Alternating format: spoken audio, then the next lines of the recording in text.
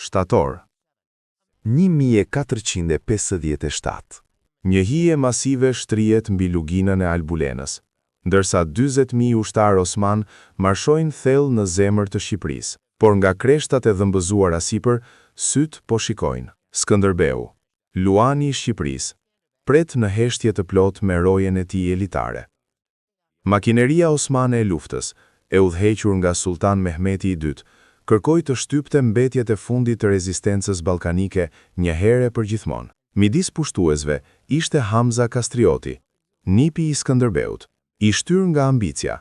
Ai ndau sekretet e terrenit me komandantin veteran, Isak Beun, për ta joshur armikun në një kurth.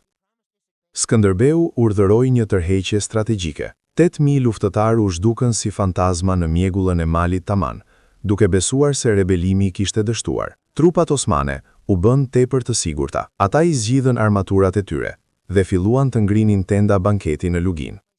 Në hijet e ftohta të shpellave gëlqërore, burrat e Skënderbeut prisnin.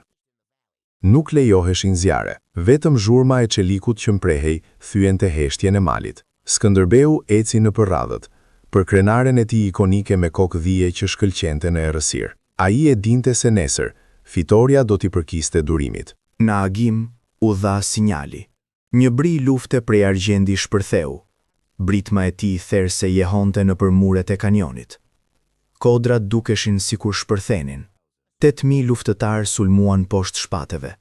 Një ortek njerëzish që binte mbi kampin e paparashikuar. Paniku i përfshiu radhët osmane. Isak Beu u ngjit për shpatën e tij, ndërsa lugjina e qetë u shndërrua në një fushë beteje kaotike, çeliku dhe zjarri. Skënderbeu udhëhoqi nga përpara, një vorbul e kuqe e ndezur dhe çeliku. Lëvizja e tij taktike me pincë i bllokoi 40.000 në fundin e ngushtë të lugjinës. Tradhtia e Hamza Kastriotës përfundoi këtu. I kapur rob në fushën që dikur e njiste aq mirë, ai nuk mund të takohej me shikimin e xhaxhait të tij. Flamujt osman u shkelën në balt. Beteja ishte një mesazh i ehon për botën.